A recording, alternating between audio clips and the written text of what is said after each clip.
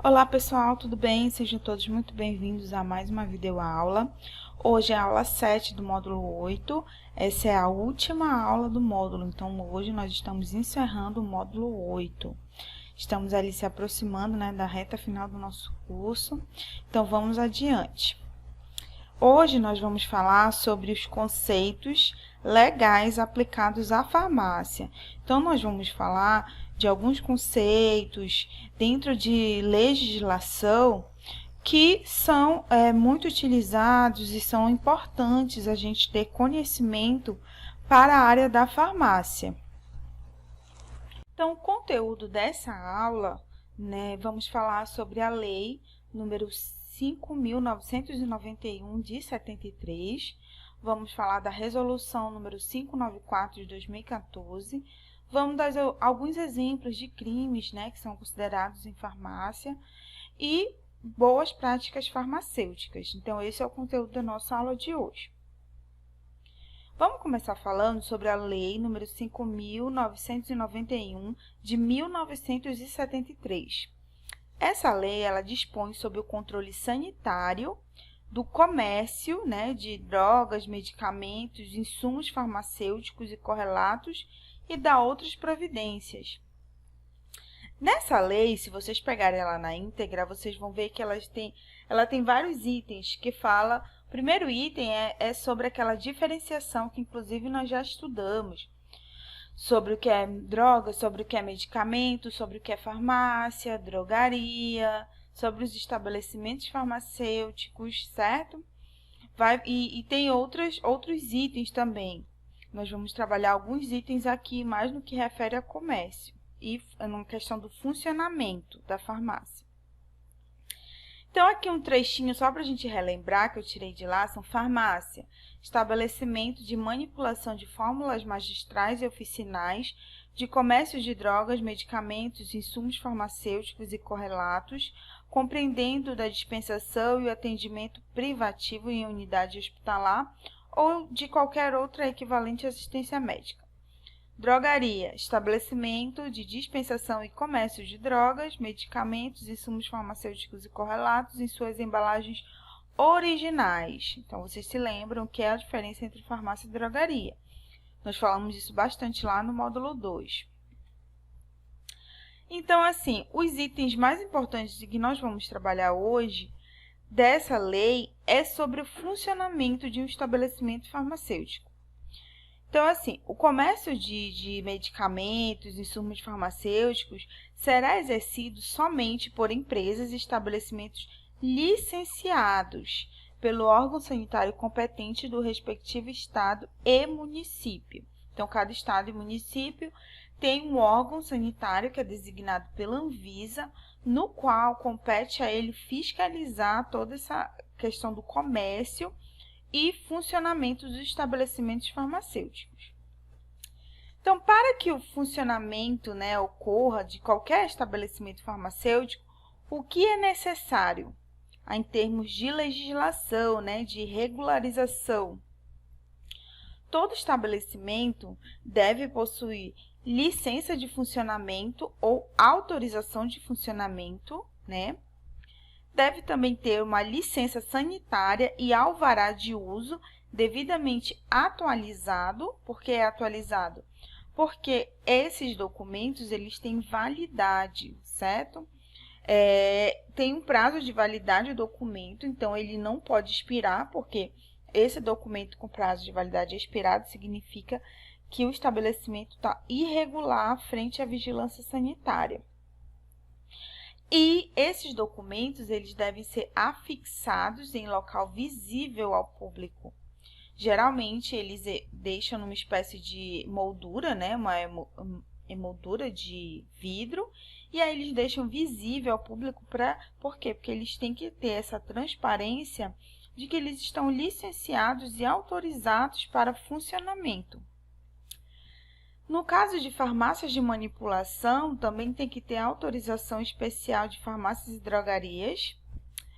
E eles sempre têm essa placa de identificação do estabelecimento, que muitas das vezes o que tem é o logo do estabelecimento, informando o nome. Só que não é só isso, a gente ainda tem outros quesitos para que se tenha o funcionamento corretamente de qualquer estabelecimento farmacêutico. Tem que ter habilitação legal do responsável técnico, que se chama certidão de regularidade técnica, né? Todo estabelecimento, ele tem que ter um responsável técnico, que é um farmacêutico, e um farmacêutico que for o responsável técnico, ou RT, ele tem que ter uma habilitação legal para isso, que é emitida pelo conselho, né? Conselho de farmácia. Localização conveniente sobre o aspecto sanitário, ou seja, uma localização de fácil acesso, porque eles têm que atender todas as pessoas, né? Então, eles têm que ter o espaço físico adequado para receber pessoas, né? Instalação independentes de equipamentos de acordo com os requisitos, certo? Então, tem que ter áreas, é por isso que a gente estudou também que a farmácia ela é dividida em áreas e áreas para estocagem, área para dispensação, né? Então, tem que ser exatamente dividido e os equipamentos, eles têm que estar sempre de acordo com os requisitos técnicos, seja de requisitos de calibração, de funcionamento. A assistência do farmacêutico em período integral, hoje a gente sabe que é obrigatório que se tenha farmacêutico durante todo o período de funcionamento de qualquer estabelecimento farmacêutico e que ele atenda às boas práticas farmacêuticas, que nós vamos falar mais para frente. Aqui eu trouxe para vocês um exemplo, né, uma figura, do que a autorização de funcionamento de farmácias e drogarias é uma permissão expedida pela Anvisa para que a empresa possa comercializar medicamentos industrializados. É importante lembrar também que todos os produtos, por que a gente precisa de tanta licença e tanta autorização dentro da farmácia? Porque existem categorias de medicamentos que têm autorizações específicas. Por exemplo, medicamentos sujeitos a controle especial. A gente precisa ter uma autorização para que se faça o comércio desse tipo de medicamento, que não vai ser a mesma autorização para os medicamentos éticos, por exemplo, para os medicamentos isentos de prescrição, que é outra coisa. Medicamentos da portaria da resolução número 20, da RDC número 20, que é os antimicrobianos. Então, cada tipo de medicamento, assim como cada tipo de serviço dentro da farmácia. Professora, como assim serviço? Serviço de aferição de pressão arterial, verificação de glicemia capilar, aplicação de injetáveis. Então, cada serviço desse, a lei, ela requer, né? Ela solicita itens obrigatórios. E é por isso que ela tem licenças diferentes. Então, para cada produto e serviço dentro da farmácia, a gente tem um tipo de licença. Se a empresa não tiver regularizada com essas licenças e essas autorizações junto ao órgão sanitário, ela vai estar cometendo uma infração e estará sujeita à pena de advertência, interdição, cancelamento de autorização de licença e muitas das vezes multa. Esse local pode até vir a ser fechado por conta de irregularidades. Aqui é um exemplo de licença sanitária, né, de uma farmácia, que é um exemplo de um alvará de autorização sanitária. Vocês podem ver que esses documentos eles são extremamente importantes, essa parte da legislação. Por quê? Porque essa maior, digamos assim, alvo de fiscalização das agências, né, de vigilância sanitária. A fiscalização sanitária dentro da farmácia é constante, tá? Vocês vão acabar lidando com esse tipo de coisa, que a fiscalização é constante. E aí, vocês vão perceber que a farmácia ela é sempre bem vigiada. E se ele não cumprir todas essas licenças e autorizações, e principalmente manter isso dentro do prazo de validade, a farmácia ela pode ter várias sanções disciplinares, infrações e multas, ok? Então, a Agência Nacional de Vigilância Sanitária, ou também chamada Anvisa, é o órgão responsável por definir as regras e critérios para a concessão e autorização das licenças dos estabelecimentos farmacêuticos. A Anvisa que define e autoriza as atividades nos estabelecimentos. Tipo, tudo que for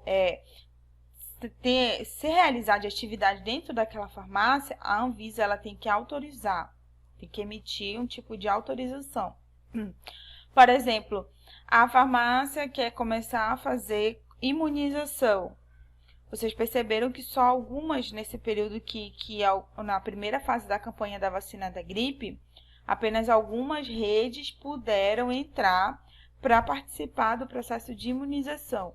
E por que isso? Porque existe uma outra legislação que requer uma série de requisitos, requisitos físicos, requisitos profissionais, né, do profissional habilitado, profissional que tem um curso X, se aquele local, se aquela farmácia, ela dispõe de certas estrutura física, toda a questão de documentação, então só vai passar, né, só vai ser autorizado se aquela farmácia ela atender todos os pré-requisitos, tá?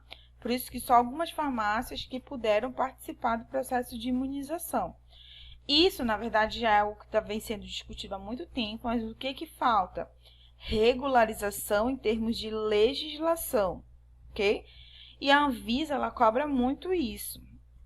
Então, ela que autoriza todas as atividades nos estabelecimentos, seja a aplicação de injetáveis, colocação, né, de brincos, né, seja a aferição de parâmetros fisiológicos e bioquímicos, tá? Também como o acompanhamento e monitoramento junto a órgãos de vigilância local. Então, eles designam um órgão de vigilância local, de estado e município, para fiscalização de todas as atividades que foram autorizadas. As atividades, então, eles vão fiscalizar o que está sendo feito e se aquilo realmente foi autorizado e nesse estabelecimento farmacêutico. A legislação prevê ainda que todos os produtos industrializados que são comercializados em farmácia devem estar regulares junto aos órgãos sanitários, ou seja, devem possuir registro, cadastro, notificação conforme a categoria do produto em questão. É permitida às farmácias e drogarias a comercialização de medicamentos, plantas medicinais, drogas vegetais, cosméticos, perfumes, produtos de higiene pessoal, produtos médicos para diagnóstico in vitro. Também está previsto o comércio de alguns alimentos para fins especiais, né, fins de benefícios à saúde, bem como os serviços farmacêuticos, desde que se tenha licença regular sobre esses produtos para que eles sejam permitidos a serem comercializados nesses locais, além dos medicamentos, é o que eu falei para vocês. Até a questão da perfumaria, dos cosméticos, de alguns tipos de alimento, tudo isso tem um tipo de autorização para estar sendo comercializado dentro da farmácia. É proibido em farmácia expor a venda de produtos alheios aos conceitos de medicamentos, cosméticos, produtos para a saúde, alimentos para fins especiais ou com propriedade funcional ou de saúde. Há um tempo atrás, eu vi uma reportagem que pegaram uma farmácia que vendia, inclusive, bolsas. Então, não tem muito conceito em relação à saúde, né? Então, assim, muito dessa questão, desde 2014, a gente já conversou que a farmácia, ela vem se tornando, né, mudou a figura para estabelecimento de saúde. Então, produtos que no entendimento dos órgãos regulamentadores não tenham a ver com promoção de saúde, estão começando a ser retirados dessas farmácias.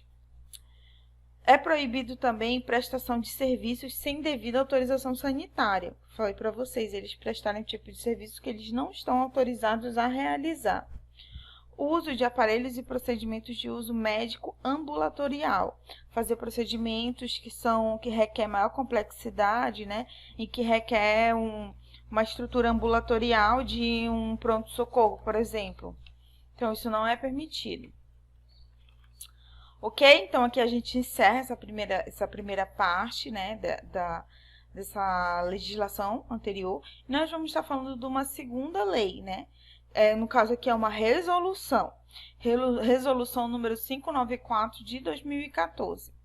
Essa resolução, ela dispõe sobre o Código de Ética Farmacêutica, o Código de Processo Ético, e estabelece as infrações e regras de aplicação de sanções disciplinares. Esse código ele traz sobre direitos, deveres, proibições, aspectos legais do processo ético, infrações e sanções disciplinares.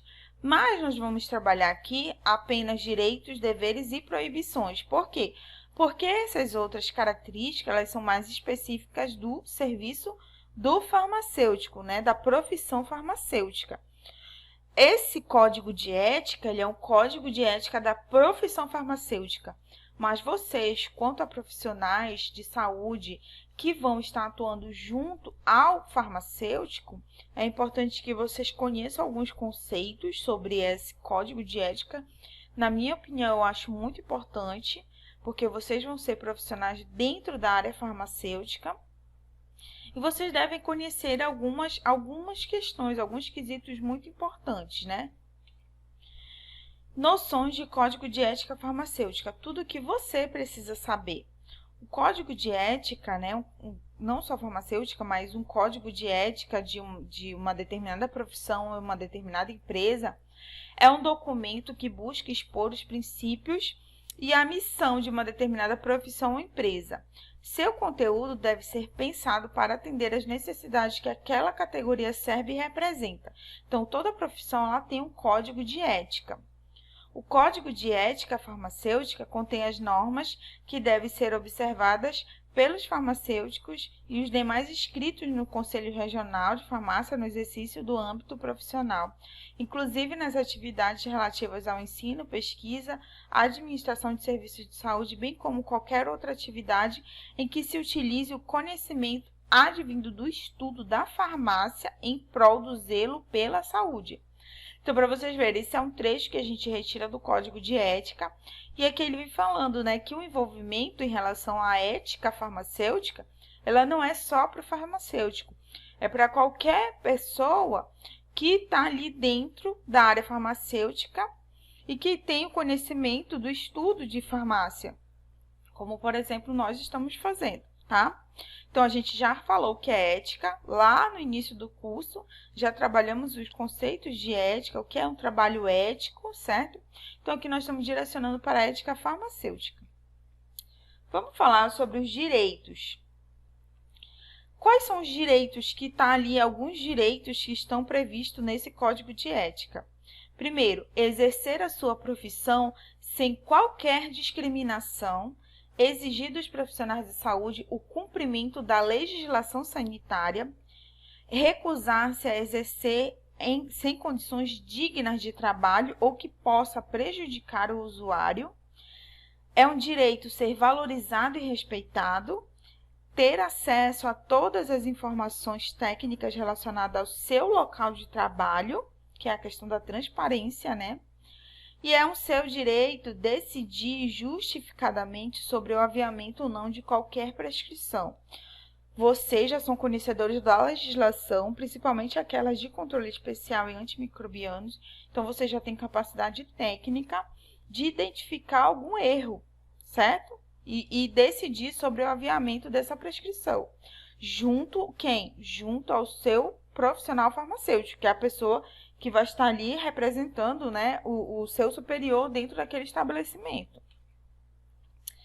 Agora nós vamos falar de deveres, porque muitas pessoas, né, gostam muito dos direitos, mas não querem compreender os seus deveres.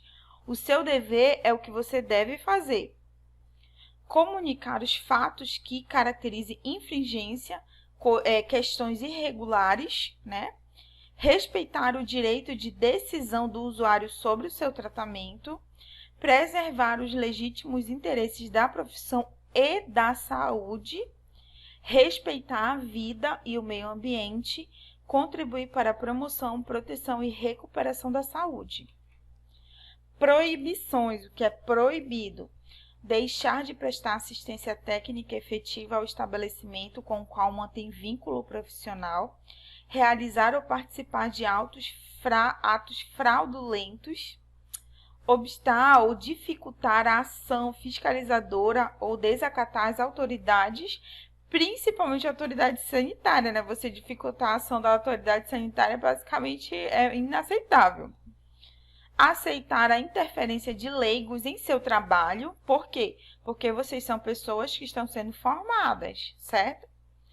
Assinar trabalho realizado por outrem, você assumir a responsabilidade de uma atividade que foi feita por outra pessoa. Submeter-se a fins meramente mercantilistas que venham a comprometer o seu desempenho técnico em prejuízo da sua atividade profissional, ou seja, tu fazer algo com a finalidade de obter financeiramente uma vantagem financeira, por exemplo. Fazer declarações injuriosas, caluniosas, difamatórias ou que depreciam o farmacêutico, a profissão ou instituições e entidades farmacêuticas sobre qualquer forma. Aqui alguns exemplos, tinha muito no material que eu encontrei e eu trouxe só alguns para vocês terem uma ideia. Exemplos de crimes hediondos em farmácia. Medicamento: falsificação, corrupção, adulteração, alteração de produtos destinados a fins terapêuticos ou medicinais. Artigo 273 do Código Penal. Pena de 10 a 15 anos de reclusão e multa inafiançável, insustentável, de liberdade provisória e regime fechado. Alimento: corrupção, adulteração ou alteração de substância ou produto alimentício destinado ao consumo humano, tornando nocivo à saúde ou reduzindo seu valor nutricional. Isso também é previsto no Código Penal, pena de 4 a 8 anos de reclusão e multa. Substância destinada à falsificação: vender, expor à venda, ter em depósito para vender ou ceder substância destinada à falsificação de produtos alimentícios, terapêuticos ou medicinais. Pena, reclusão de 1 a 5 anos. Aí você diz, mas eu não sabia, estava lá, eu não sabia. Mas olha, estamos falando de Código Penal, é o que eu falei para vocês. Nós acabamos de ver direitos, deveres e proibições, então tenham isso sempre em mente.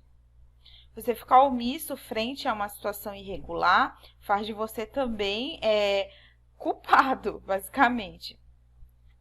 Outras substâncias nocivas à saúde pública: fabricar, vender, expor à venda, ter em depósito para vender ou de qualquer forma entregar a consumo coisa ou substância nociva à saúde, ou seja, uma substância que vai fazer mal, né, à saúde, ainda que não destinada à alimentação ou fim medicinal. Pena, detenção 1 a 3 anos e multa. Medicamento em desacordo com a receita médica: fornecer substâncias medicinal em desacordo com a receita médica. Pena, detenção de 1 a 3 anos ou multa. Em que momento que aqui tem um tipo de exceção? Quando a gente está falando da intercambiabilidade. Aí existe uma lei da intercambiabilidade, né, que não entra aqui, é uma exceção.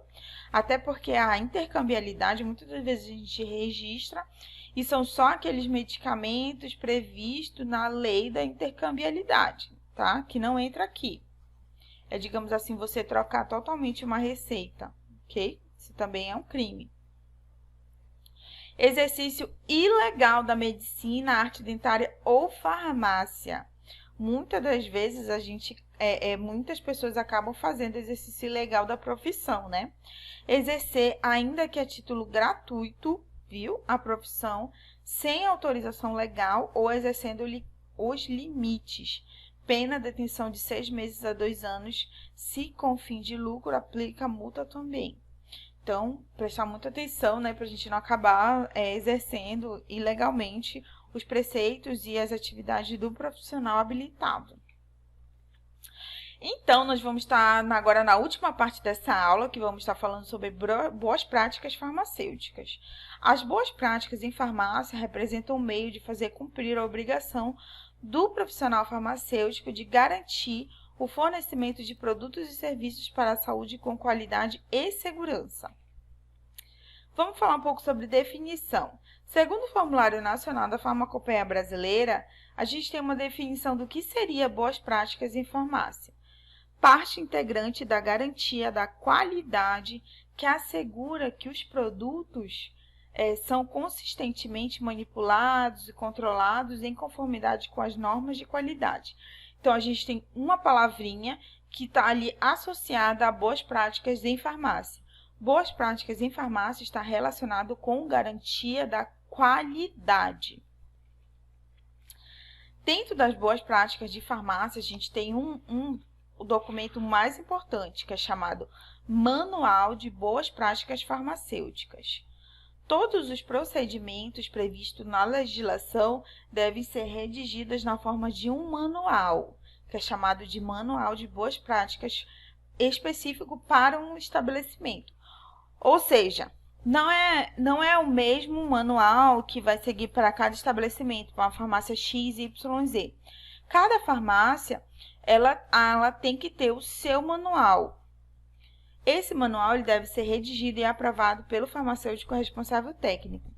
Esse manual ele inclui POPs e anexos relacionados a atividades. A gente vai já ver o que são POPs, ok? Então, vamos lá. Boas práticas farmacêuticas está relacionada à qualidade. Para a garantia dessa qualidade, é feito um manual, que é chamado de Manual de Boas Práticas Farmacêuticas. Esse manual é constituído de vários procedimentos. Vamos lá entender. Que procedimentos são esses? São chamados de procedimentos operacionais padrão, ou também chamado POP, ou POPs, que geralmente são vários. Um manual ele é composto por vários POPs. E o que é um POP? O POP é um documento padronizado, né? Ali ele vai relatar de como que se deve proceder uma operação, uma atividade de forma padrão, descrevendo as rotinas da empresa e registrando todas as etapas e os profissionais envolvidos na execução. Por exemplo, gente, vamos num exemplo bem simples. Fazer um bolo.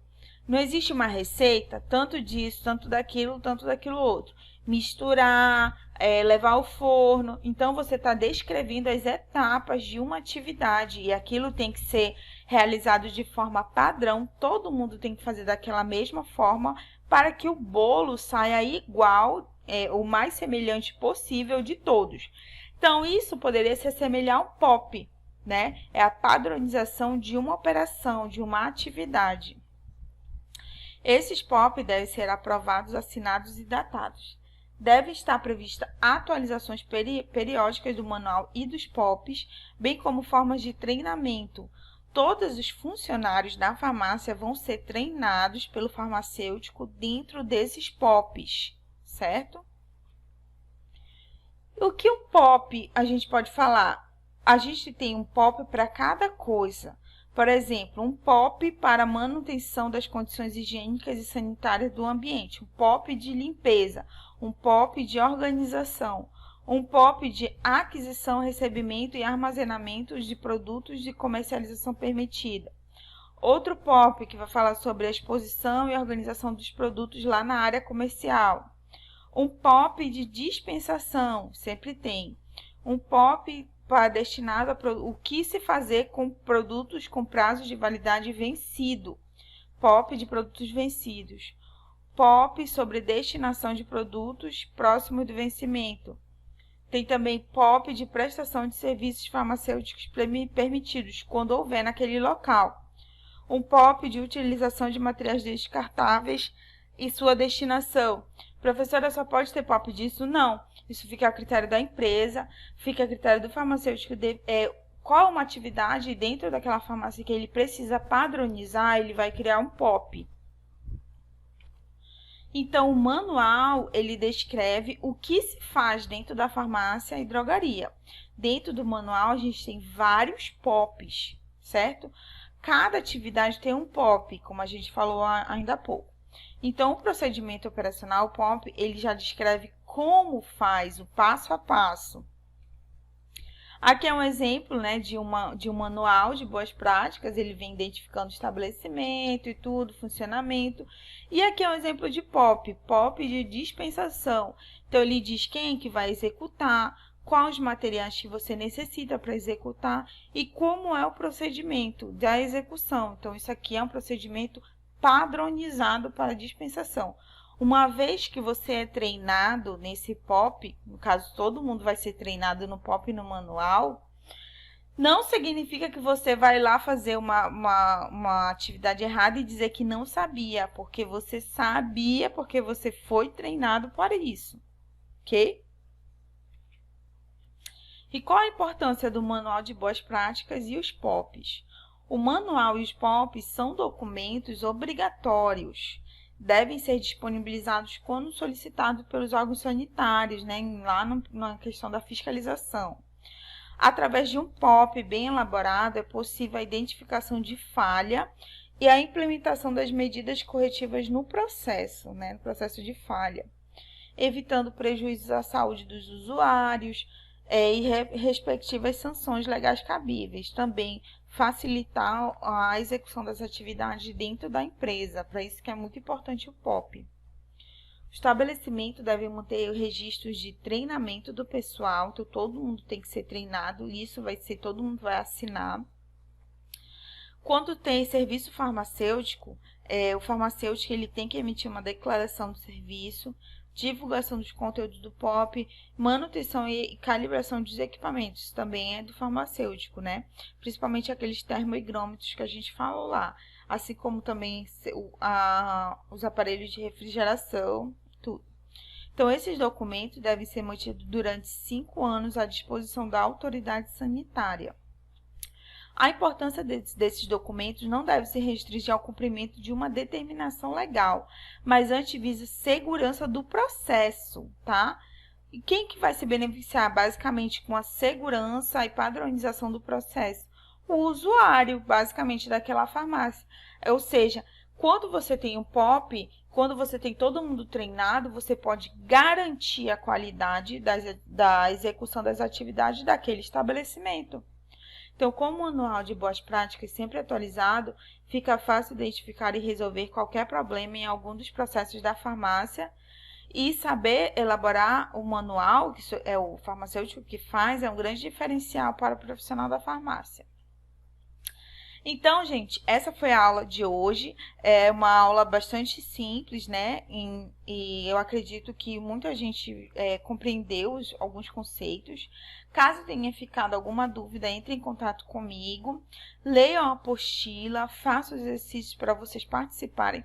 Não deixem de fazer essa videoaula e também não passe, porque elas são importantíssimas e é o que vocês vão lidar, é a realidade de vocês lá dentro do trabalho e da farmácia. Qualquer dúvida, entre em contato comigo. Fiquem bem e até a próxima aula. Lembrando que na próxima aula já começa o outro módulo, ok? Módulo de biossegurança. Então, fiquem bem e até a próxima aula.